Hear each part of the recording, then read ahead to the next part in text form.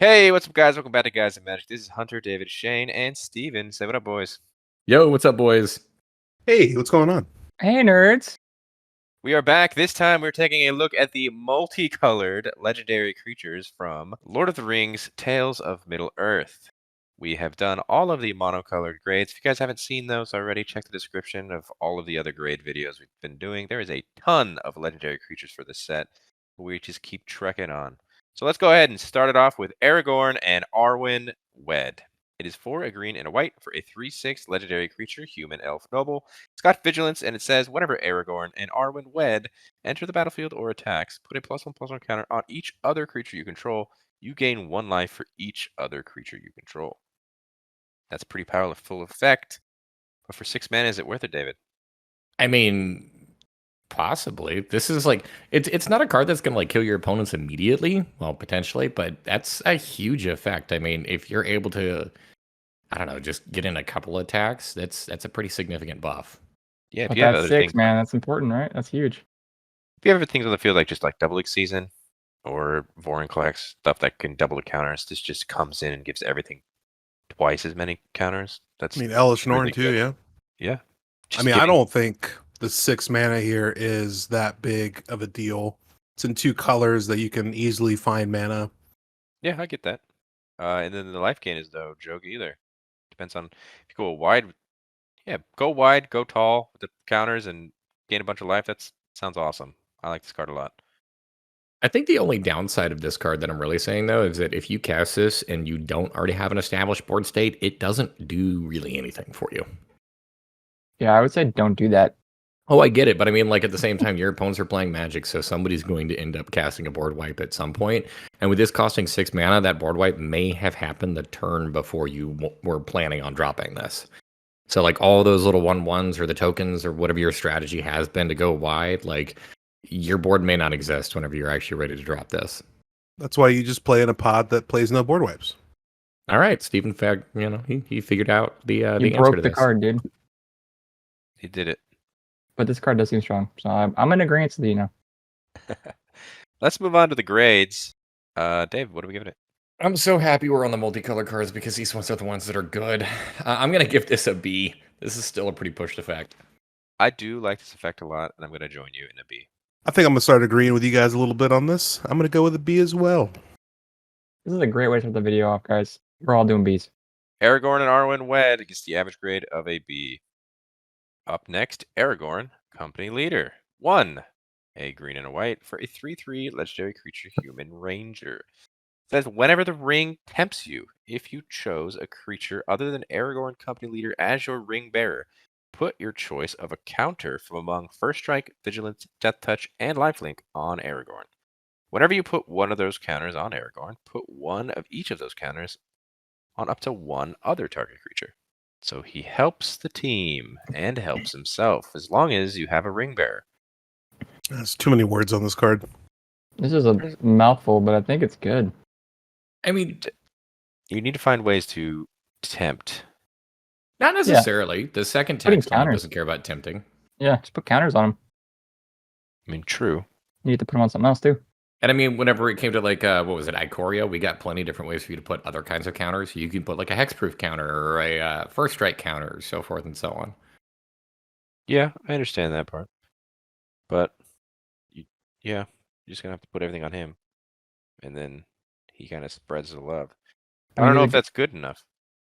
Putting your counters on your commander is a good strategy, dude. Yes, I do agree. That is a great strategy.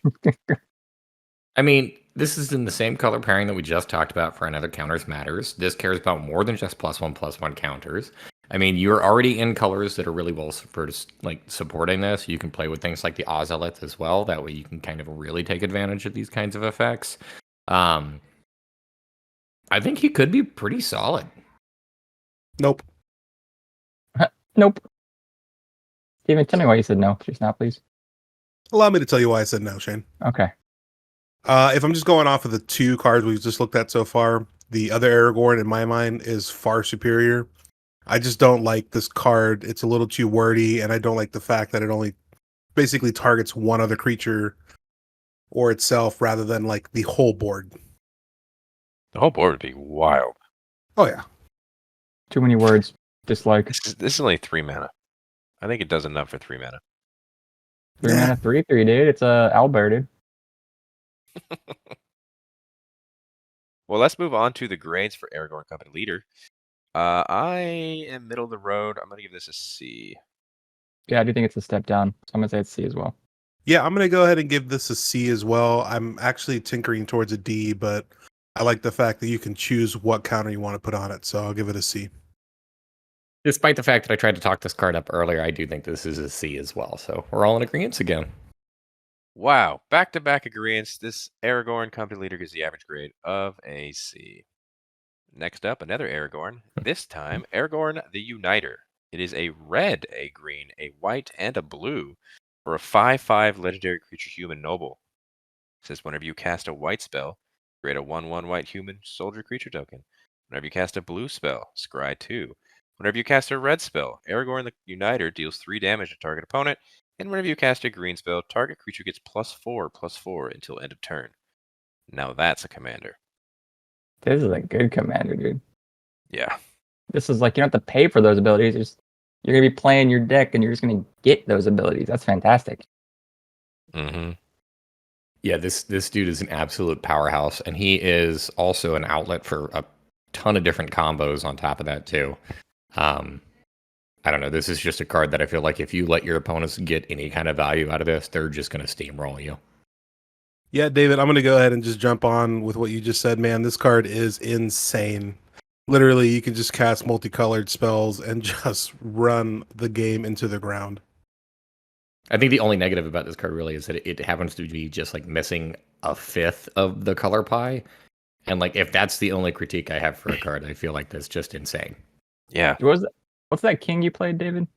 Reminds me of the Kenrith. king kind. Reminds me of Kenrith, but that you have to pay for, and this is just like you want some cool abilities when you play stuff. Here you go. Yep. Having things just extra. It's just extra on top of your spells. And that's incredible. I think we're all on the same page for Aragorn as well. He's uniting us. So let's move on to the grades. David. This is a slam dunk. It's a kill on sight commander. This is an A. We should all just say it at once. This is an A. This is an A. Oh boy. Oh no. I'm gonna give this a B, and I don't want you guys to get upset because this is a super great card and it is an A. But I do like with what David just said. This is kill on sight, and I think this is going to be a massive hate bearer, and that is going to be my one downside on this card. All right. Well, I thought we were united, Steven, but I guess we aren't. Nope. Aragorn the Uniter gets the average grade still of an A. Next up, going back to his wife, Arwen, Mortal Queen. 1, a green, and a white for a 2/2 legendary creature elf noble. It says Arwen, Mortal Queen enters the battlefield with an indestructible counter on it. It also has another ability. You can pay 1 to remove an indestructible counter from Arwen. Another target creature gains indestructible until end of turn. Put a +1/+1 counter and lifelink counter on that creature, and a +1/+1 counter and a lifelink counter on Arwen. This is weird. What do we think, Shane? I was gonna say that's weird is the right term because you're essentially removing a counter to only do something for end of turn, which I guess that's a strong ability, but you're not really gonna be proliferating much in this color, right? So Green does a very good job of proliferating. Mm-hmm. no, it doesn't. No, it's one of the 2 best colors for proliferation. It's blue or nothing. Let's just talk about that. Anyways, I don't know. It just seems weird unless you proliferate it. You're giving away your counter to some +1/+1s. That's good. I don't know. I mean, it is a weird one, but you know, like David and Shane were kind of talking about, I mean, green does have a lot of proliferation.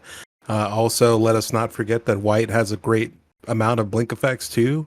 So, I mean, ETBs are going to be really great on this. And I think just having to pay 1, and you can do this as soon as it comes down on the field too. There's no waiting, which is really great. And I mean, I don't really see a lot of downside on that. I'm also going to piggyback on that too. I think just with all of that and the fact that this is a commander that comes in with indestructible, I feel like that's much better than what it initially sounds like. I mean, just the fact that like this can be the world's most annoying blocker is probably going to be just fine. I'm gonna agree with you guys. I think having that indestructible counter on it until you need it gone to give something else, lifelink, I think is strong. Like you can, I don't know. It's an instant too, so you don't have that dumb text that says only activate as a sorcery. You can give anything lifelink and indestructible the exact same time that you want to block. I think it's really powerful. But let's move on to the grades. Steven, what are you giving Arwen? I'm gonna give it a B. I too am going to give it a B. I think she's very flexible. I'm middle of the road on her. I'm gonna give her a C. I'm gonna join the other guys. I'm giving her a B as well. So Arwen, Mortal Queen, gets the average grade of a B. Next up, Arwen Undomiel. This is a green and a blue for a 2/2 legendary creature, Elf Noble. It says whenever you scry, put a +1/+1 counter on target creature. You also pay 4, a green and a blue, to scry 2. We got another elf that scries. Isn't that cool, Steven? Nope. So many I mean, elves. let me that's fine. rephrase that. Let me rephrase. Yes, it's cool. Not as my commander. Good I don't know. utility. Just keep putting counters on itself. Cool. Yeah, That's it? sure. I mean, really great for that card. Awesome. Love it. Best part about this, 2 mana for a 2/2, and obviously that scrying is really important. And I know that with the Lord of the Rings set, especially after watching Shane's deck, a lot of stuff revolved around that. So it's just, I just don't. It can happen. I just don't like it. I think it's just not enough to be a commander. Part of the 99, yes. Also, that pay 6 to scry 2 is the worst fucking thing on this card. It's not good. I mean, it does self-proc there, but at the same time, like 6 mana is a lot of mana. Yeah, but you're. I mean, I know you're not like agreeing with this card. I'm just saying, if you're just going off of just straight, playing a land a turn, you play this on turn 2, and then you have to wait 4 more turns to self proc, and then that's all you're doing that turn. I'm not arguing that this card is good. No, I I'm know. just saying this at least like feeds back into itself. I don't think this is a good card. I think this is much more of a support card, and you probably don't want this actually as your commander. I think we're all in Hey. agreement on that one. Put Path of Ancestry and run elves, right? What do I know even you're name just off trying your to be Path of nice. Ancestry? Humans. Nobles. Dragons. I don't think Arwen is very good. Well, this version, though. This one, yes. This is the card we're talking about. This one is not very good at all. I don't think it does enough. That scrying effect that you guys have already said is way too much for just scrying 2. And only getting a 1. Like, you're paying 6 to scry 2 and getting a counter. Is that right? Am I reading That's that right? right. That's right. That's right. Yeah, it's not getting a counter for how many cards you look at anytime you scry. So it's just 1 counter. I don't think it's good. Let's I don't move think so either. on to the grades. I'm going to give it a D because it does something. I too am also going to give her a D. I 3 will give her a D. The 4 of us are all in agreement. This is a D. Arwen Undomiel gets the average grade of a D. Next up, Bilbo, Retired Burglar. It is 1, a blue and a red for a 1/3 legendary creature halfling rogue. It says when Bilbo, Retired Burglar, enters or leaves the battlefield, the ring tempts you. Whenever Bilbo deals combat damage to a player, create a treasure token. David, what do you think?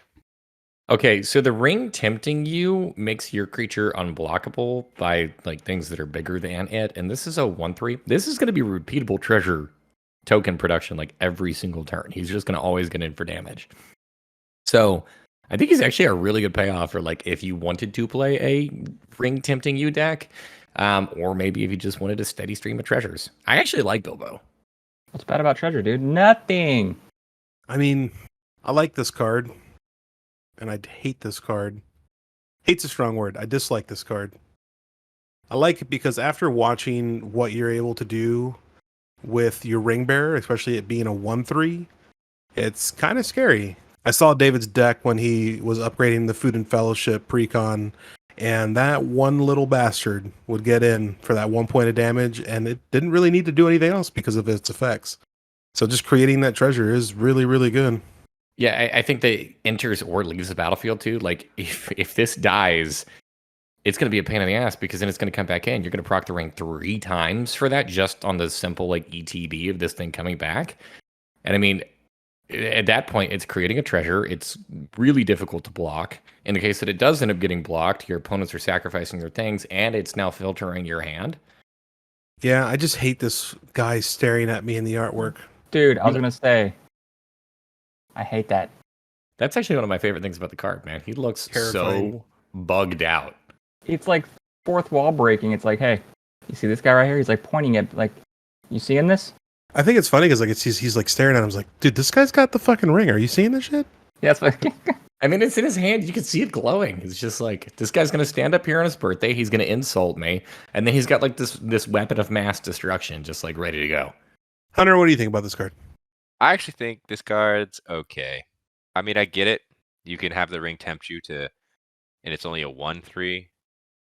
So eventually the ring is going to say that it can't be blocked by creatures with greater power. I get that. And then you can just go in and swing and make a treasure. That's a treasure. To do 1 damage doesn't seem that great. You know, it's a good thing this is also in blue. So if you flicker this even once, it jumps you to the 3rd mode on the ring. Yeah. That's cool. So it draws you a card, discards a card, makes a treasure, kills anything that blocks it. And it can't be And blocked. then, and then and it can't be blocked. And then on top of that, if you do manage to, like, I don't know, do even one more thing of fucking ring tempting you, it now hits for 3 damage to everybody every time that it attacks, too. That's great. That's just the ring tempting, though. We're just talking about ring tempting at that point. Oh, I totally get it. I mean, I'm just saying that, like, he is a very good ring temptation thing with the enter the battlefield or leave the battlefield. Plus, the treasure token, I think, is actually really legit. Well, I think we should move the grades. Yep, let's move to the grades. I'm giving Bilbo a D. Wow. Wow. I don't think I'm that low. I'm actually going to go up to a C on this because although I agree with your point, Hunter, that it's just a treasure. Anything else I think could have jumped this to a B, but just for that reason, I'm giving it a C. I'm at a C with you, Steven. I think I don't know. He's a little small. He's a little slow. I do think he's a really good value engine. I'm going to give him a C. Bilbo, retired burglar, gets the average grade of a C. Next up, Butterbur, Bree, Innkeeper. 2, a green and a white for a 3/3 legendary creature human peasant. It says at the beginning of your end step, if you don't control a food, create a food. David, you threw this into your Frodo and Sam deck, if I'm not mistaken, or it was already in the deck. It was already included in the deck. This card is actually not good. Did it Why? get support It always priorities? makes a food. It always makes a food unless you already have a food, in which case this is a 4-mana 3/3. Yep. Silence is key. So like the absolute best scenario is you've made a token when you just didn't have any others. This card doesn't. I don't even think this is good. I want to say it's not good as a food commander, and I'm going to argue that I don't think this is good as a food support card. All right, so this card's bad. Yeah, this card doesn't seem to be good at all as a commander or as a support piece. It seems really slow. And like you said, David, if you have other food, this does nothing. Unless you're making a clue and a treasure at the same time, yeah, I'm good. Even at that point, Shane, I still think this card's awful. Because Oh, I it was only just being happens at your end facetious. step if you don't control a food. So you need to basically use all your resources to hopefully, use Eat the that food. food. Yeah, so. Let's move on to the grades.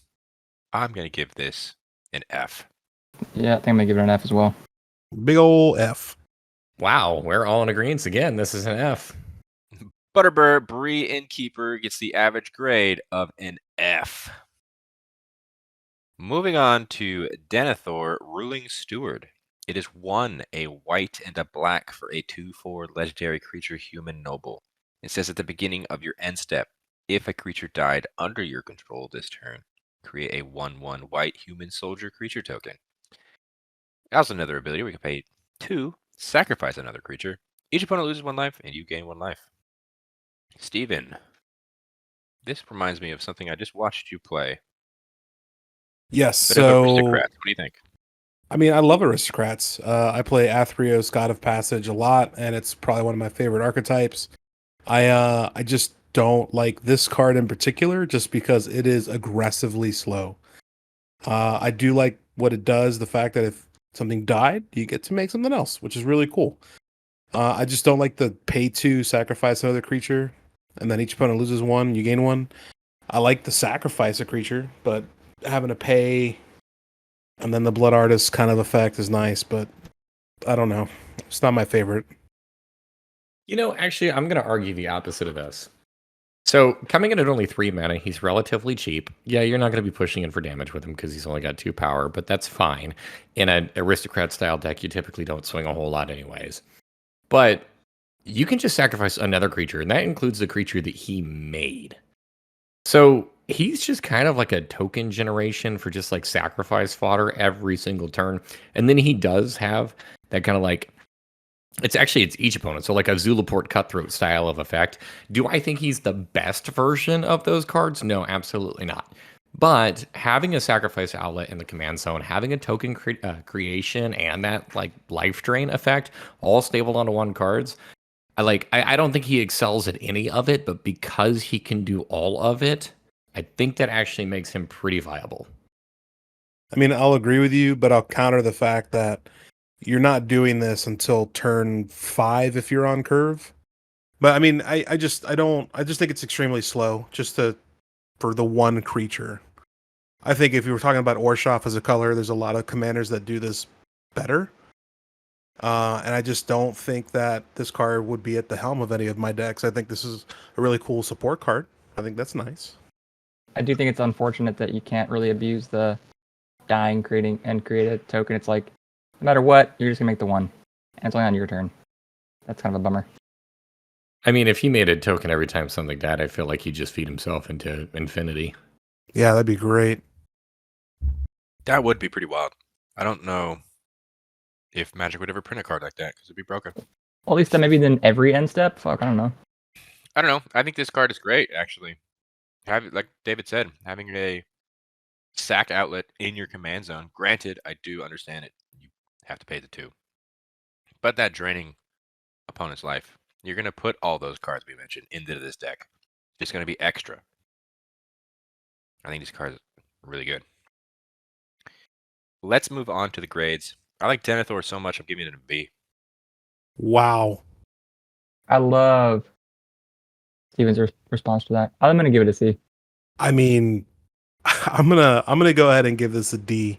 I think that it is good to have a sack outlet in the command zone, but there are so many cards you play in this color scheme to where I don't think it's that necessary. I love doing these commander grade videos with you guys because we get to hear everybody's opinions, and sometimes people have very wild opinions. But Shane is correct. This card is a C. It's just middle of the road. Denethor is going to get an average grade of a C. Next up, Elrond, Master of Healing. It is 2, a green and a blue for a 4/4 legendary creature elf noble. It says whenever you scry, put a +1/+1 counter on each of up to X target creatures, where X is the number of cards looked at while scrying this way. And whenever a creature you control with a +1/+1 counter on it becomes the target of a spell or ability an opponent controls, you may draw a card. Jane. No, what do you mean? What?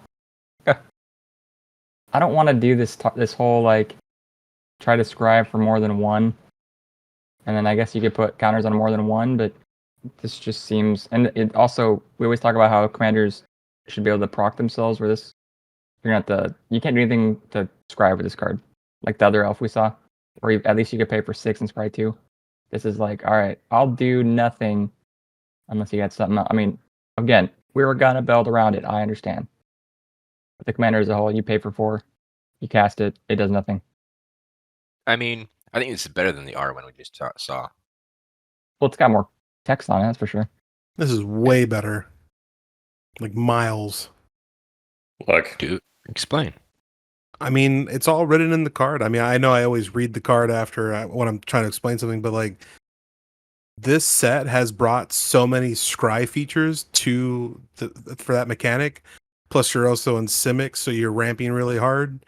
I mean, I love this card. I mean, to put +1/+1 counters on the X target creatures, that's great. So even if you're scrying 2, you're putting +1/+1 counters on 2 creatures. Now you have 3 creatures. One's a 4/4 if you don't put anything on this, and then you have 2 creatures that are pumped up. Like that, and you get to draw when people target them. Fuck yeah! The drawing when people target your creature with the counters is a fantastic effect. That should not be overlooked. I agree. I don't think that's actually very relevant. Why not? I mean, sure, it might draw you a card off of like a kill spell or something, but it doesn't draw you any cards for a board wipe. It doesn't draw you any cards for a counter spell. Like, there's still plenty of different pieces of interaction that gets around. So I don't think that that's very impactful.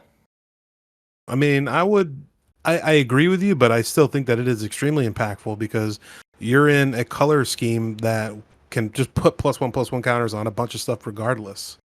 So more than likely, you're putting a bunch of counters on your cards, and if your whole board has a bunch of counters and you have one creature that's super large and they don't have a board wipe and they're just going to target that one, I'd still take that card draw over anything. I don't know, man. I still look at a card like this, and like if you're not actively like feeding into this, this is a 4-mana do nothing card. Like the floor on this card is vanilla. So I have a really difficult time justifying why I would want to play this as a commander. I get that counters are cool. I get that scrying is cool. I get that even the card draw aspect on this it's cool. I mean, all of those things put together, it is fine. But if my opponents are interacting with me in any kind of like proactive way, this card does nothing. Dave and I are like synced up, dude. I mean, I'll agree with the both of you. I just think that you're in a color scheme, and I'll say it again, where you can interact back. This is Simic. It's probably the best color duo in Magic. Ooh, that's fighting words. I mean, listen, man, I play 5 color all day long, but I hate Shane because Shane made me feel this way, but like I really do think like blue green is like one of the most I physically go for that person first. You hate me? Yes. You love me. Let's move on to the grades. Steven, what are you giving Elrond? I'm actually going to give this a B. I am not going that high. Elrond for me is going to be a C. I'm not high on this card at all, in all honesty. I think that the majority of the time it's not going to do much, if anything. I'm going to give this a D. Yeah, I'm gonna stick in the middle though. Still, I get that it can do something. I'm gonna give it a C. Elrond, Master of Healing, is going to get the average grade of a C. Moving on to Eowyn, Fearless Knight. It is 2, a red and a white for a 3/4 legendary creature human knight. It has haste. It says whenever it enters the battlefield, exile target creature an opponent controls with greater power. Legendary creatures you control gain protection from each of that creature's colors until end of turn. I threw this into the Eowyn precon deck. Eowyn into Eowyn. Do I think it's a good commander? I don't know. I mean, granted, if you have this come in and you get rid of their commander that maybe has greater power than Eowyn at the time, you're really hoping for that, then all of your legendary creatures can just swing in for free at that person because they're protected, so they can't block. All those colors, yeah. Yeah, but Hate to be a 5 color player when this comes down. like I said, if your commander is 5 colors and is a higher power, then you know who's getting hit. Other than that, though, if it's a lower power, this doesn't hit anything. Yeah, this is gonna be a really tough card to play because I feel like it's only gonna really target one person, right? What you said, Hunter, you're gonna bully someone, You could bully someone, yeah. and you're probably only gonna cast this hopefully when you have the win. Otherwise, it's just like, okay, well, I got in for damage. Now I'm just chilling. And with that, people will definitely see it being set up. I mean, I just don't agree with that because you guys keep saying that you're just going to target the one person, but legendary creatures you control gain protection from each of that creature's colors until end of turn. You can swing at anyone who's in that same color scheme. So if you target the 5 color dude, you have protection from every color around the board, which is fucking solid. Yeah, I mean, one turn. Yeah, until end. I mean, end. Well, I hope That's you're pretty gonna much do what something. you want, you know. But I mean, also, I mean, Yeah, I mean, Flicker is probably the most viable option here. You have so many tools in this Boros color scheme to help you with combat that I don't even think you need to play this for the win. I just think that you constantly just play this and then you just fucking people up. Yep. I'm 100% with Steven on this. This and like Eldrazi Displacer is just like you're never going to have a thing in play with power 3 or greater ever again. And my board is going to have a ton of protection, and I'm just going to be swinging at whoever I want. I think this is a very abusable card. It's not a cast ability. It's an enter the battlefield ability. So you can just flicker this thing left and right and nuke your opponent's boards. They don't get those creatures back. Hopefully, just flickered up and down, Dave. They might not I get mean- those creatures back, but like still, it just doesn't have trample. It's just block stuff. It doesn't need trample. It's going to have protection. Yeah, depending on what colors you got rid of, though. Okay, but if I target my opponent's commander that say is, I don't know, blue and green, that's what, 40% of the color, or yeah, that's 40% of the color pie. Like that's a pretty significant chunk. And if I do have the ability to abuse this, maybe I flicker it and take out another 1 or 2 or potentially even 3 colors. And then all of a sudden, not just this, but my other legendary creatures can just get in for damage and not have to worry about any creature blocking. But the stipulation there is it has to be over greater power 3. I don't think that's going to be a very difficult clause to meet. I mean, not to mention that. I mean, shit, dude. How many Boros decks run equipment, man? Like, 2. I What? mean, this is the I believe the 11th card we've talked about so far. In the last 10, only 2 of them had 3, a higher power of 3. Okay, it doesn't need to just kill your opponent's commander, though. Like any of your opponent's threats. I understand, but the commander is the one with all the colors. Is what I'm trying to get at. Not necessarily. I know that, yes, there's an additional payoff for, like, yeah, you're nuking your opponent's commander. But, I mean, I can just kill off some of your utility pieces. Or if I do really want to be a bully, if you happen to have multiple pieces and I can flicker this can be like a one-sided board wipe. Well, let's move on to the grades, David. What do you think of Eowyn, Fearless Knight? I'm really high on her. I'm going to give her a B. I think she's a really solid commander. yeah, I'm going to jump on that as well. I'm going to give this card a B. I think this is great. I'm not that high. I still think the stipulation of having a higher power than 3 is going to hinder this just a bit, so that's why I'm a C. I'm middle of the road as well, C. Eowyn, Fearless Knight gets the average grade of a B. Next up, Faramir, Prince of Ithilien. It is 2, a white and a blue for a 3/3 legendary creature human noble. It says at the beginning of your end step, choose an opponent. At the beginning of that player's next end step, you draw a card if they didn't attack you that turn. Otherwise, create 3 1/1 white human soldier creature tokens. Shane, you do love this color combination. I mean, What? Steven and I both love this color combination. Mhm. This is a very pillow forty like politics deck, right? Like hey, I'm picking you, Hunter.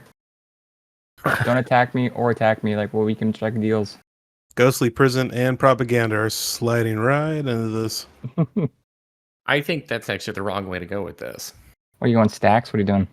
No. What he said about like Ghostly Prism and propaganda of like not being able to have your opponent's attack.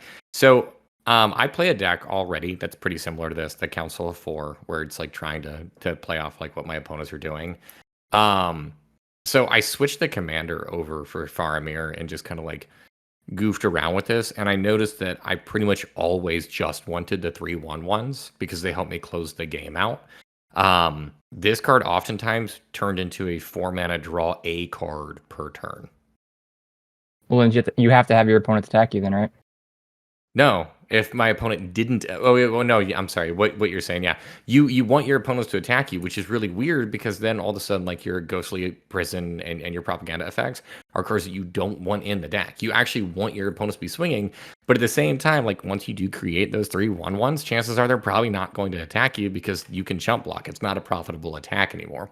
So Faramir is in this like really weird spot where I think he reads really well. I think that he sounds like a really great card, but like 4 mana to draw a card, just 1 extra card per turn is really not good enough. And that's, I think, what this card just does like 90% of the time. That's why I mentioned the politics, I think. Because you can get into some shenanigans where I like, hey, David, I have these 3/1/1s, but I won't block you. Hit me again, please. I mean, I think that's a good point. And if you play in a play group where that's something that like people are down for, that Politic style of gameplay, then maybe this is a really cool commander. But I don't know. I know that playing with you guys, like, you're not going to Politic. help me just for no reason. I'll help you for a little bit if you help me. Absolutely not. I don't help my opponent. See? Then you won't like this I'll help card. my opponent, but I won't help David. David's the kind of guy that'll make a deal with you, and then he'll draw a card. It'll change his Ooh. mind entirely. Yeah, I agree with David. This is a weird spot to be in. You want to be attacked, you get 3/1/1s, and then they won't attack you, and then you draw a card. And then you draw a card, and then maybe your 1/1s will die. And then maybe they'll attack you, make some more 1/1s. I don't know.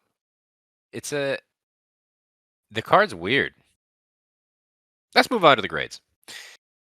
I am going to give this a C. I'm right there with you, man. I'll give this a C. Yep, I think if you're a politics player, you're gonna like it. But I'm gonna give it a C. I'm going to give this a C as well, just middle of the road. There we go. Faramir gets that average grade of a C. Next up, Frodo Baggins himself. Frodo Baggins is green and a white for a 1/3 legendary creature, Halfling Scout. It says whenever Frodo Baggins or another legendary creature enters the battlefield under your control, the ring tempts you. As long as Frodo is your ring bearer, it must be blocked if able. That's actually really cool if you make him your ring bearer, because what is it, the third or fourth clause, David, that says when it's blocked, you have to sacrifice that creature? That's awesome. It's the third clause on it, but the first clause says he can't be blocked by things that are bigger than him. But does this get around that then? Because it must be blocked, right? It must be blocked if able. So it's only your opponent's things that are smaller that are forced to block it. So it's weird. You're never going to kill something big with this unless you somehow make Frodo big. So like, I don't know. Your opponent's mana dorks are in a lot of trouble. That's actually kind of cool. Yeah, I mean, put the boots on, right? Just fill them up, make them bigger, give them a bunch of counters. I mean, yeah, if you make this thing big, like that could potentially be really scary. At the same time, your opponents are going to be heavily incentivized to kill this thing off. But I mean, he starts at only 2 mana, so he's pretty cheap. Do you like this or the other Frodo as your commander? Do you think? Which Frodo are we talking about? There's like 4. Sorry, the pre-con Frodo that you played. I like the pre-con Frodo more than this one. I think that one just provides more utility and gives you a lot of different ways that you can play the game. Interesting. Okay. What do you think, Steven? I don't like this card whatsoever. I mean, I understand the ring tempting you, and you can flicker this and do a bunch of shit, and you can make it so your opponents have to sacrifice all their stuff, but I don't know, man. This one's rough for me. I'm not a big fan. Well, it could be. It wouldn't just be a flicker, right? It could be just another one entering the battlefield. A legendary, I mean. Sure. I mean, either way. I get what they're trying to do with this card, and I'm not there for it. The only way I kind of see this card being played is kind of like Voltron-y, but I'm just not. No. Once the ring tempts you all 4 modes, right? Doesn't go any higher.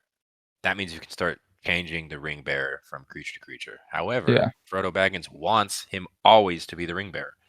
So at a certain point, there's no point of tempting anymore. Well, if he dies and you tempt him again, right? He dies, you bring him back in, he tempts himself. Right, so that's the point of getting tempted. Yeah, but to Hunter's argument, I feel like you do want to build your deck around like being able to be tempted, and at a certain point, you're going to have those cards where it's like, well, I've already been tempted 4 times, and this card isn't really all that great, but I put it in my deck because it can tempt me, but because that doesn't really do anything anymore, I just have a card that's in my hand that's just not great. Exactly. This might be one of the commanders that's like a tribal, not tribal, where this might be the only thing that tempts you. You might not even need anything else because it's a legendary creature or him entering the battlefield is all you need. He procs himself. Oh, 100%. Let's move on to the grades. Frodo Baggins, I'm not high on him. I'm actually going to give him a D. I'm more in the middle of the road, dude. I'm going to still give him a C, I think. Yeah, there's a fork in that road. I'm giving this a D. I, too, will be jumping on the D train. Frodo Baggins gets the average grade of a D. Moving on to another Frodo. This is Frodo, Sauron's Bane. It is a white mana for a 1/2 legendary creature halfling citizen. You can pay a whiter black and a whiter black. It says if Frodo, Sauron's Bane, is a citizen, it becomes a halfling scout with base power and toughness 2, 3, and lifelink. Has another ability, we can pay 3 black mana. If Frodo is a scout, it becomes a halfling rogue. With whenever this creature deals combat damage to a player, that player loses the game if the ring has tempted you 4 or more times this game. Otherwise, the ring tempts you. Powerful effect there. That could just be game ending. It quite literally is. We saw how easy it was for David. He attempted 4 times, so it won't be, and it won't be blocked. So this could be a threat. Yeah, I mean, we've seen these types of effects before where it's kind of like climbing the ladder. It turns into this creature with this base power, and then turns into this creature with this base power. The evolving thing. But yeah, once it's tempted though, you're with 1 power, you're not going to be able to block things that are. I mean, your opponent's not going to be able to block if it's too big of a creature and they just die. That's a wild effect. So, Guys, I Yes? understand that this is a cute card with a flavorful upside. This card does nothing for the majority of the game. And then Sure it whenever does. it finally does do something, I'm going to sit back. I'm going to let them attack me. I'm going to let them sink 5 mana into this to get up to that ability. And then I'm just going to kill this. well, fun fact, Dave. This is 1 mana to play. This comes down turn 1. You can start growing it immediately. I mean, do you want to spend your resources to do that, though? I feel like this is best in a world where you just try to just one-shot somebody. But they have to sink a ton of mana into it, and they also have to set up a board state in which they've been tempted 4 times, because this card doesn't tempt you at all. Well, Yeah, I guess it does if you sink a ton of mana into it and don't combat damage with it on its final mode. I honestly think you're playing this turn 1, and you're just on curve turning it into the scout, and then from there on just swinging. And if you have removal, cool, then I'll play it again. Unfortunately, you cannot do it on curve because Why? you play this 2 for and a then 3. white, and then 3 is black, all black. Well, I'm gonna play rocks then or something. I'm gonna somehow get 5 black. I'm gonna play. You can do this rocks. on curve. Yeah. Like there's dual lands. Okay, I'm yes. just saying, Hunter. I'm just saying, if on turn 3 you're swinging, you're getting the ring to tempt you once. Your opponent's got 4 turns. I guess 4 turns. If you have no other way to tempt you, Right, I mean, you'll be a card, yeah. Put the boots on this. Give it shroud. Give it hexproof. Protect it. They have 4 turns to see this thing coming. This is like, I don't know, man. It is. I get that it's a game-ending effect for one person. Uh-huh. But like my thought there being is that everybody sees this coming, and then the second that you do, per se, manage to pull this off, your other 2 opponents are going to just continuously kill this. That's why I said protect it. I just don't think this card's good. All right, boys, rolling up the sleeves here. This card, this card is great. I'm just gonna say it. I love this card so much. I'm just gonna agree with Hunter on the protecting it aspect of it. I mean, even if you don't protect it, it's 1 mana for a 1/2. I also love the fact that it doesn't really matter if this is the ring bearer or not. The ring just has to tempt you 4 times in 1 game. And after seeing what this set can do, I think that's super easy to get done. So even if you're just revolving your deck around building to do this aspect, I think it's great. I mean, I've seen so many Voltron style decks that try and take somebody out with commander damage. I don't even have to worry about that with this. I'm swinging, I'm going to kill you, and it's great. And I love it. Can I interject here? Because baby. Because you guys keep mentioning this thing of like, I have seen how easy it is for the ring to tempt you 4 times. How? What do you mean how? Like, how is it easy for the ring to tempt you 4 times? I want you to explain that to me. I've seen the ring tempt you 3 times in 1 turn. Wait. Tempt me in like our You. pre-con deck. Yeah. Okay, so you mean to tell me in the deck in which the commander procs every turn, Well, this could too. if I sink 5 mana into it and manage to get in. Right, so This on will do turn 3, it'll But- start tempting you. But my other legendary creature combo, the one that we played with for the pre-constructed deck, that one just does it every turn. Exactly. Let's Yeah, move dude, on to the grades. I don't know. My think argument here, Bane, you're is I super think it's low on much this. harder to hit 4 than what you guys are making it sound like. I think in I that disagree. specific deck, it's not that difficult because the commanders are designed to make you hit 4 really fast. Okay, I'll say this about Frodo. I think you are not going to obviously kill someone turn 5. That's not what I'm saying. That's not what I'm Yes, saying. you are slowly going to grow this over the course of a game, and then it will kill someone. Straight up. And I'm still sticking to it. I mean, what I'll say, and I'll end it there. There is a 2-mana enchantment called Call of the Ring that will fit right into this deck. That's 1 and a black that you can play on turn 2. And at the beginning of your upkeep, the ring tempts you. Magical Christmas land of having that curve, but I mean, the entire scenario that we've been talking about with this card has been Magical Christmas Land. Sure. Let's move on to the grades. I am high on Frodo Sauron's Bane. I'm giving him a B. Yeah, and I think I'm up you and I there. will be the only one there, but I'm going to No. give it a B as well. No, Shane, you I'm joining? giving it a B, dude. Yeah. All right, David, drag it down. Here we go. I'm sticking with my guns on this one. I'm going to give Frodo Sauron's Bane a D. I don't think he's good. I think he's way too telegraphed. Frodo Sauron's Bane still gets the average of a B. Moving on to Galadriel of Lothlorien. This is 1 a green and a blue for a 3/3 legendary creature elf noble. It says whenever the ring tempts you, if you chose a creature other than Lothlorien as your ring bearer, scry 3. Whenever you scry, you may reveal the top card of your library.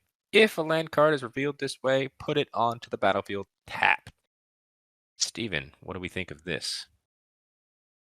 I mean, I think it's pretty solid. I'm not going to lie to you. I mean, 3 mana for a 3/3 is always great. What do you call it, Shane? An owl? Owlbear. Owlbear. But I just love the fact that, granted, it's a little sketchy because, you're not revealing a lot of cards. It's just the top card of your library. But I do love the fact that if it is a land, just straight onto the battlefield. Are there commanders that do kind of the same thing but better? Sure. But, whatever. I mean, it's good think it's ramp if you can do it. Yeah, I was going to say, I think this is a really good card. I mean, we've plus you're talked about scrying those 3. Yes, when the ring tempts you. I think we've been talking about these elves and scrying strategy for a couple commanders now. This one, they just keep getting better, in my opinion. This one, I think is fantastic. You don't have to build around a scry, but whenever you scry that land to the top and always get it onto the battlefield. Just go through your deck quickly. I think that's fantastic. It's just a bummer, dude, because it's not self-triggering, so you'll play this and do nothing. I mean, the only thing I'll say is I'll just kind of counter what Hunter said. You said they keep getting better, and I think that this one is definitely not better than most of them. I'm Dave. I don't know if I have anything nice to say about this card. It's 3 mana for a 3/3. I don't know. The elf scry thing in this set, I feel like I'm beating a dead horse at this point. I'm not a fan. I don't really care much for the scry mechanic. I don't think that this one is all that great. Sure, it occasionally might ramp you, but you're in Simic. You're in the best color combination for ramp. So, this is mildly okay in a color combination that excels at that. And then it doesn't actually do the first ability on this card very often. You have to have the ring tempt you, which is not something that this card is capable of doing on its own. And it's a very parasitic mechanic. It's only come from one set. There are very few cards that are capable of consistently having the ring tempt you. So, I'd look at that as almost flavor text, the first part of this card. This is a 3 mana 3/3 that occasionally ramps you in Simic. And that is what Simic is already really good at. I was gonna say, Hunter, this is 2 things that David isn't high on one card. Yep. Yeah, I mean, there is some crazy combination with Retreat to the Coral Helm, where landfall enters the battlefield and you can scry one, which in turn you can keep doing that if you keep finding lands on the top. I don't know. It seems decent enough to where you can get a lot of. I know you said this color combination ramps already, but I think this just accelerates it to a point of insane very quickly. Yeah, but just to go off of what David said as well, This is Simic. I mean, it's basically ramp on on a stick. I don't. Do you need to have a card that simply just kind of puts land on the battlefield if it's on top? I don't really think I like it as a commander. Hey, the more lands you have, the better you're gonna win, right? This I just mean, seems, it just seems very generic for its color combination. It's just like, yeah, this is a Simic card. It does everything that every other Simic card does. Well, let's move on to the grades. David, what are you giving Galadriel? I'm gonna give her a D. She does something sometimes.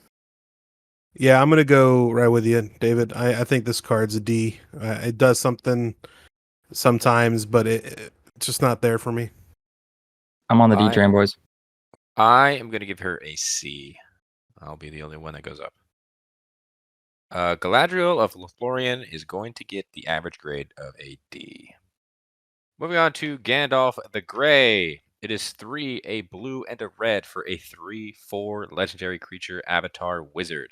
It says whenever you cast an instant or sorcery spell, choose one that hasn't been chosen. You may tap or untap target permanent, or Gandalf the Grey deals 3 damage to each opponent, or copy target instant or sorcery spell you control. You may choose new targets for the copy, or put Gandalf on top of his owner's library. What about this one, David? 5 mana is already kind of getting to the point where it's a little bit on the steeper side. I really need this commander to be impactful at that cost. And then it's got 3 abilities that I don't actually really care about, and then 1 ability that tucks my commander. So, like, no. Well, I'm a little higher on this card than David. One thing I will agree with him about is the fact that 5 mana is a bit steep, but I do like the modes on the commander. Obviously, you are in a spell slinger kind of color scheme here. So playing a spell to tap or untap target permanent, you can untap a land to possibly play some more cards, dealing 3 damage to each opponent. 9 damage is nothing to scoff at. And then obviously being able to copy an instant or sorcery spell is a massive thing you can do. And it's not like you can go down the line, you can pick whichever you like. If somebody's trying to target your commander, you can obviously just play a 1 mana preordain or something like that and just put Gandalf on the top of your library and then just go again next turn. Granted, I do understand that you are pretty much spending the most of your turn just recasting your commander, but I still think this card is pretty viable. Yeah, being able to copy your instants and sorceries immediately, I get it. You can only do it the one time. But that in itself is just a powerful effect just to have on the board. I got a question for you, though, to go along with that one, then. Would you pay Mhm. 5 mana for that effect? No. It does other things as well, though. Okay, but I don't care about tapping or untapping a permanent. I really don't. The 3 damage is cute. It's not really going to help you close out the game. So the only mode on this one that is actually any decent is the copy instant or sorcery for me. Is that worth 5 mana for me? No. I think that really, if I'm looking at this, if I wanted to play this card, I don't think this could cost any more than 3. Yeah, I'm not a big fan of this card either.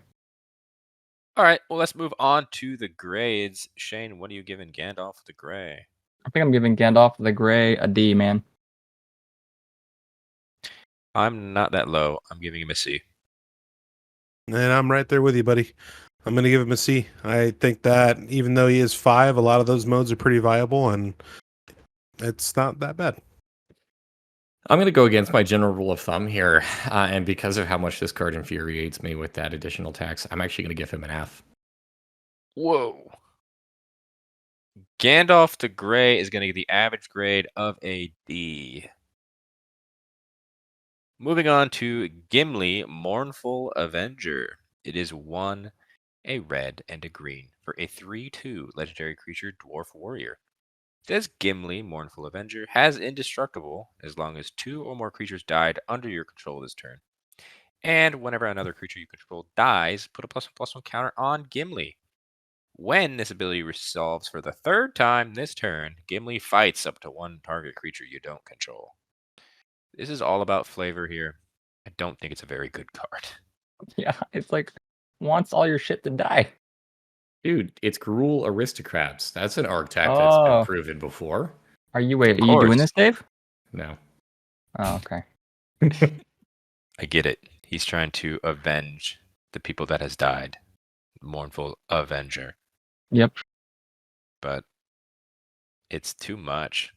Your Well, creatures need to die to have it indestructible, and then you get counters. And then once it gets to that third time, which means a third creature has to die this turn, then it gets to fight. It's not good. Since there is no aristocrats in this color, like you mentioned, Dave, you're just kind of relying on combat damage. Your opponent's killing your shit, so I don't like that. Granted, you could do fight spells and have your creatures die fighting, which True. in itself is flavorful here. Or you can just do fling spells and literally throw your creatures at people. Yeah. I mean, you can play with the altars, Phyrexian altar, Ashnod's altar. You can do like Goblin Bombardment. There's ways for you to be able to sacrifice your things, but I don't know. Most of the time that I have 3 or more creatures die under my control, it's typically because my opponent board wiped, so Gimli would die too.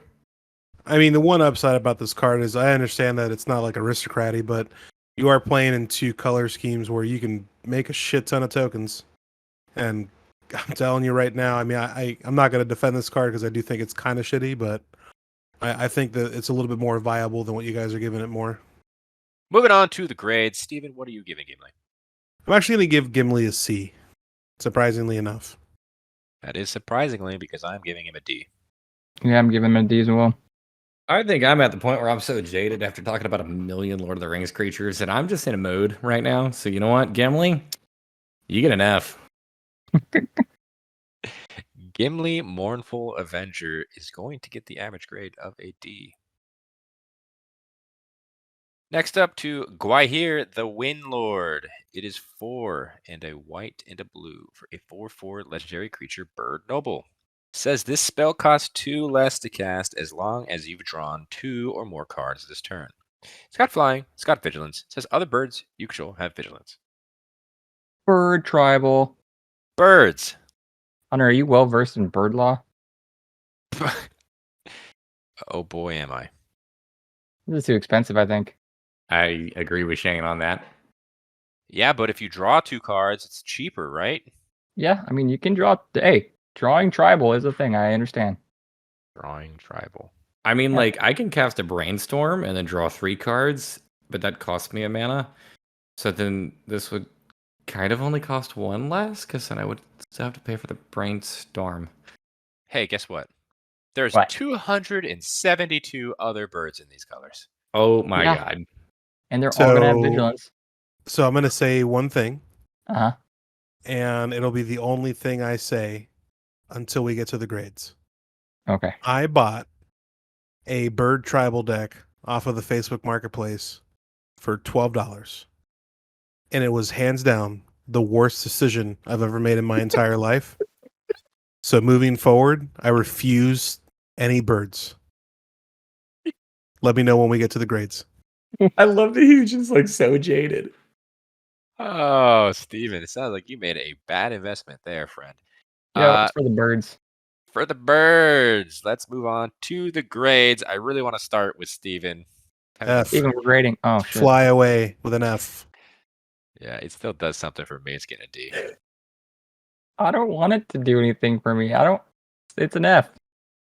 We have a friend of ours who doesn't make who doesn't make any content for this channel, but he plays with this pretty regularly, and he always talks about building like the weird, odd tribal decks, and everybody's just like, why would you ever build that? Like he built an insect deck that I swear is just not really a deck. My point being, I saw this card and immediately thought of him because it's just like, oh yeah, dude, bird tribal. It's not a thing, but he'll Give me a try to grade. make it work. I'm giving it a D. Hey, Gwaihir the Windlord is the average grade of a D. Moving on to King of the Oathbreakers. It is 2, a white and a black for a 3/3 legendary creature spirit noble. It's got flying. It says whenever King of the Oathbreakers or another spirit you control becomes the target of a spell, it phases out. And whenever King of the Oathbreakers or another spirit you control phases in, create a tapped 1/1 white spirit creature token with flying. Shane, you do Yeah, I know. love Yep, spirits. Yep. I'm the spirit boy. I love spirits. This is a very slow spirit, dude. Like super slow spirit. Sure, you can't really get rid of it because it's just gonna phase out, phases in, makes it tapped. I think I like my other spirits. I think this card's cool. I love the card design here. Oh, it's great. Great card design. 100% great card design. Reminds me of the Ghost Council, the Ravnica Obsidian one. Yeah. Yeah, that was my positive. Steven, what do you think of King of the Oathbreakers? This is hands down my favorite card that Magic has released, and I mean, I love this card so much, dude. I'm not gonna lie to you. Dude, you get stoked easily. All right. Yeah, this was a good one for me. I mean, the design is really cool. This never really dies ever. Right. I mean, Right. board wipe. Board wipe can happen, sure. Then you can Sure. have something in your hand to target it with. Like Exactly. use a kill spell on your own creature. Guess what? It's not gonna kill it. It's gonna phase out. Oh boy, I have always wanted to use a path on my creature to save it. You could. I mean, there's more than just Path to Exile or stuff like that. I mean, it's just you could build this in such a fun way, and I really do love the fact that you can build this with a shit ton of equipments because equipments don't target. Yes, that's true. But my favorite thing about this is phasing out. If you have counters on these things, like say you have Cathar's Crusade on the battlefield, every time this comes back in, it's going to make the 1/1, and this is going to get the counter from that 1/1. So it's always going to grow, and when it phases out, it doesn't lose counters. Phasing in happens at the beginning of your turn, so you're never gonna have access to that damn tapped. Like, why did it be tapped? This card would be so much better, in my opinion, if it wasn't tapped. That's all I gotta say. I mean, unless you're giving it haste in these colors, it doesn't really matter. You're Yeah, not you have a giving it 1/1 haste chump in these block. colors. No, I don't. I'm saying you won't have act that you can't block. So like, you're basically getting a 1/1 that won't do a damn thing. Yeah, it's not like there are cards that fix that. Oh, dude, you're gonna untap your fucking token? Really? Yikes! I mean, you can untap all your creatures during any untap step. I just love the fact that I can like play up against this and giant growth this, and then it'll run away. So then I can smack the shit out of them with my creatures. That's another true thing, dude. So like, sure, your creatures never die, but then you're like one card away from just dying. Let's move on to the grades. I like King of the Oathbreakers so much, I'm giving him a B. Jesus. Oh, save your love- Jesus for me, buddy. I This is gonna get a straight A. You Whoa. guys are nuts. Like, I love spirits, but this is just middle of the road for me. This guy gave Aragorn a B because of reasons, and he gives this card an A. One of us is smoking something. I mean, you've been giving cards Fs because you hate talking about these cards now. That is So, a good point. yeah. I'm in a mood. I'm not in a mood whenever it comes to this card though, because this card is actually a D. Well, the average grade for King of the Oathbreakers is going to be a B. Moving on to Legolas, counter of kills. It is 2 in a green and a blue for a 2/3 legendary creature, Elf Archer. It has reach. It says whenever you scry, if Legolas, counter of kills, is tapped, you may untap it. Do this only once each turn. And whenever a creature an opponent controls dies, put a +1/+1 counter on Legolas. Shane, here you go. We talked about in our mono red of our commander grades of Gimli counter of kills. Here is your Legolas counter of kills. But it doesn't refer to them, so that's a loss. That's a loss of flavor in my opinion. But what I was gonna say is, dude, David, it cares about scrying and untapping. Yep. That's awesome. You love this, right? Yep. Just say yep. Yep. I'm so over this design. Yeah, I don't know if this is that great. I like that you get the counters if a creature and opponent dies, but that's about all that I like on this card. So yep. Yeah. This is not great, is it, Steven? Nope, that card bad. Let's move to grades. That card is bad. All right, let's move on to the grades. I'm going to give Legolas counter of kills a D. Yep. I'm gonna say it does something. It's a D. That's my grade for the big dumb beater. I'm actually gonna give this an F. All right. Legolas counter of kills gets the average grade of a D. And the final legendary we are talking about in this video is Lotho, Corrupt Sheriff. It is a white and a black for a 2/1 legendary creature, halfling rogue. It says whenever a player casts their second spell each turn, you lose 1 life and create a treasure token. Simple and to the point, right, Dave? Simple to the point, and I really want to love this card. It does everything that I want to do, and I actually think he's bad.